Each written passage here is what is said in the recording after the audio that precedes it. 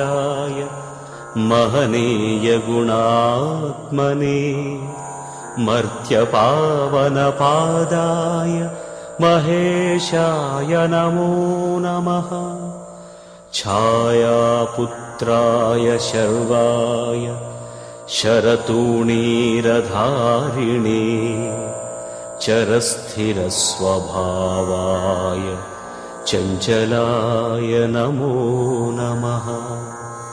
नीलवर्णाय नित्याय नीलाञ्जननिभाय च नीलाम्बरविभूषाय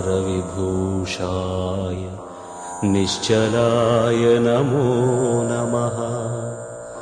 वेद्याय विधिरूपाय विरोधाधारभूमये